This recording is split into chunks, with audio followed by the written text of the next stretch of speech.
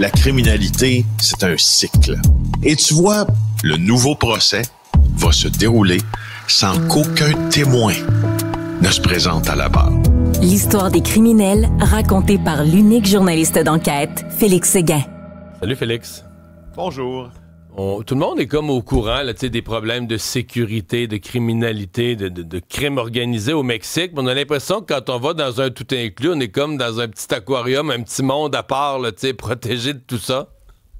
Alors, c'est pas vrai du tout. De la construction de l'hôtel jusqu'au séjour que vous y effectuez, les cartels sont impliqués. C'est ce que l'émission JE va vous démontrer ce soir. Honnêtement, Mario, il ne s'agit pas de faire peur au monde en disant « Attention, là, je veux dire, c'est dangereux quand vous allez en vacances au Mexique. » Je veux dire, dès que tu te déplaces de chez vous dans un autre pays, il y a des dangers inhérents à ça, on les connaît, puis c'est de la gestion de risque. On pense qu'on est en sécurité, et puis, bon, ça fait l'affaire. Nous, on va porter nos yeux ce soir à JE sur Cancun et sa zone hôtelière, plus précisément, là, allant jusqu'à Playa del Carmen, Cozumel aussi. Et là, ce qu'on vous apprendra, c'est que les cartels ont souvent participé à la construction de l'hôtel. Il y a tout un stratagème par lequel les syndicats vont favoriser des entreprises. Au début, c'est comme quand le crime organisé s'infiltre dans l'économie légale. Hein? C'est une toute petite brèche. Le cartel va commencer à venir vendre dans la cantine d'un hôtel des produits très chers que les ouvriers sont obligés d'y acheter. Puis souvent, c'est des chantiers de 2000, 3000 ouvriers. Hein? Donc, les employés vont chercher un sandwich, une liqueur pour leur dîner, mais on va les obliger à acheter une petite quantité de drogue. On va les forcer. Exactement, en plus. On va les forcer à acheter une petite quantité de drogue. Définis-nous donc, forcer. Obligé, là, qu'est-ce qui t'oblige? Qu'est-ce qui arrive si tu te dis, moi, pas intéressé? Là? Ben, les conséquences peuvent être très graves, funestes même, notamment lors de l'érection de l'hôtel Planet Hollywood. Il y a des travailleurs mexicains qui viennent de partout là, au pays pour participer à cette construction, à ce boom hôtelier qui ont été tués. On a trouvé dans les fondations du tout inclus Planet Hollywood le corps de 12 personnes. Hey. Nous, on a parlé... Il y avait des corps coulés dans les fondations. Hey, c'est bien juste. C'est bien juste. Parce qu'ils n'avaient pas acheté à la cantine ce qu'on leur suggérait. Ben, entre autres, sur la question des drogues, il y avait peut-être plus que ça, mais je veux dire, la question des drogues, c'était très important parce que, t'imagines, faisons le calcul. Alors, on oblige quelqu'un, ils sont 2000 travailleurs sur un chantier à acheter des quantités de drogue X ou Y. Ben là, à 2000 personnes qui doivent acheter une quantité de drogue par semaine, ça fait, un fonds de commerce assuré pour ces cartels-là. Mais il y a plus que ça aussi. C'est que les cartels, au fond... non, tiens, avant d'aller là, je vais vous faire entendre l'extrait de l'émission de ce soir parce que c'est lié directement à ce qu'on parle. Parce qu'il y a des travailleurs aussi qui viennent, comme je vous le disais d'ailleurs au pays, participer à la construction, qui disparaissent sans laisser de traces. On ne les trouve plus. Ces travailleurs-là construisent l'hôtel, puis un jour, ils ne sont plus là. Puis là, leurs parents les cherchent. On était avec les autres. Oh. La scène est surréelle. À un jet de pierre de la zone hôtelière, dans les cénotes, on espère trouver des ossements. Les cartels ont pris l'habitude de disposer de leurs victimes ici. On trouve des os dissimulés sous un carton. S'agit-il d'ossements humains? Il faudra attendre des mois pour le savoir. Maria Dolores est ici car elle a cherché sa fille pendant 4 ans. Maintenant, elle appuie d'autres mères de famille dans la même situation.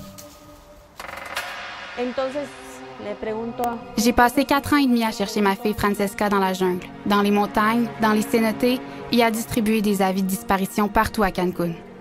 En faisant des recherches au bureau des expertises médico-légales, j'ai découvert qu'il y avait des ossements qui correspondaient aux caractéristiques physiques de ma fille et ils avaient été retrouvés seulement 1 mois après sa disparition. Sa fille a été tuée par un homme lié au crime organisé. Cancun, là, c'est 20 millions de visiteurs, dont 2 millions de Canadiens annuellement. C'est 2,5 millions d'emplois, mais c'est aussi maintenant l'endroit où se rencontrent des cartels, comme le cartel du Golfe et celui de Sinaloa, qui sont dans leur état respectif en guerre, alors qu'ils viennent échapper un peu à la surveillance des policiers de leur état, puis qui se retrouvent dans les stations balnéaires. Sauf que là, t'es le gouvernement mexicain.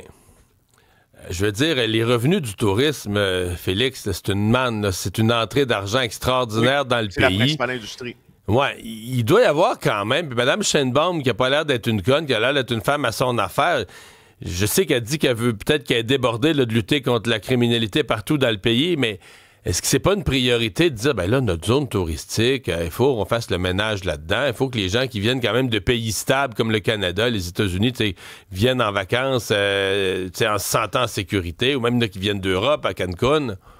Ben là, elles vont peut-être être obligées d'utiliser la manière forte, et je te dis pourquoi.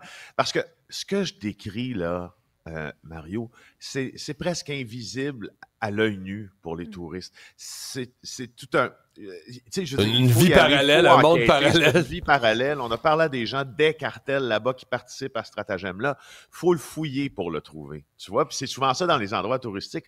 Si tu regardes pas, si tu fouilles pas, si tu n'ouvres pas l'œil, tu vois rien. Mais Sauf que... Vas-y, Isabelle. Quand on loue, par exemple, qu'on décide d'aller passer une semaine là-bas, est-ce que par ricochet, on encourage donc cette industrie? Bien, d'une certaine façon, dans une petite mesure, dépendamment de ce que l'on loue, mais oui, on peut se retrouver un peu encouragé de façon très, mais est-ce qu'il y en a est-ce qu'il y a des bandits propriétaires d'hôtels ou investisseurs carrément dans les hôtels, dans l'opération? Il y a un hôtel sur lequel il y a de graves soupçons.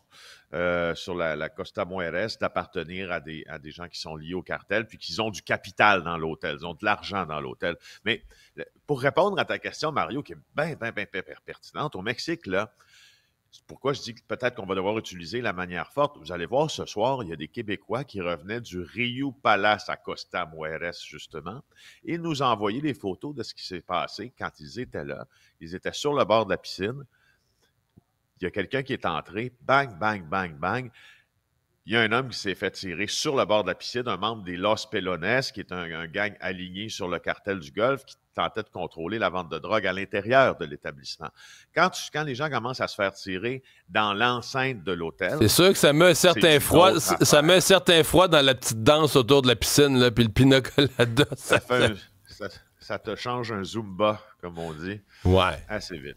Là, ton drink devient un peu plus surette. On va regarder ça. Ouais, 19h30 ce soir, J.A. Merci, Félix. Merci.